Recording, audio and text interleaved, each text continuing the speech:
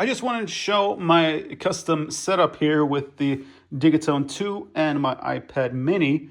As you can see, this is totally a wireless, couch-friendly setup. We got the Digitone and it sits on this 3D printed shelf where I keep my battery. So my battery is connected here.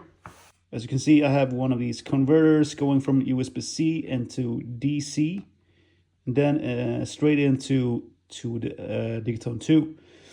And then we have iPad mini sitting here. I made this little stand that I connect to the Digitone 2 by these screws here on the edge. I can remove the iPad so you can see it.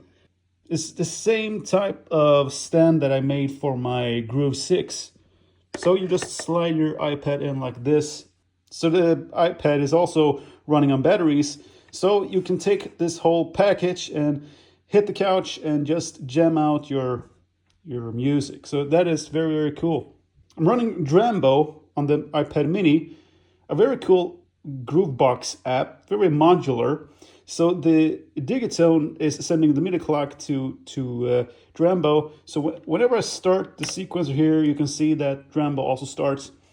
So in Drambo, you can either add samples, you can make your own synthesizers, pretty much whatever you want to do. But I'm using it mostly like a sampler, so I can get claps and those classic 808 claps or 909 claps, and maybe a ride from 909. Those iconic sounds, so I can get that going at the same time as the Elektron is playing. So Drambo goes straight out to the master here, so I can hear both the Digitone and the Drambo app at the same time. Let's see if we can hear something. So let's add a couple of claps here.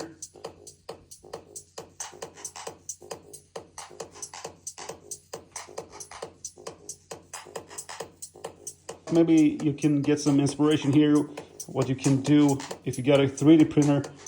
And also if you want the stand here or the box that the Elektron is sitting on, let me know in the comment section. I will provide a download link.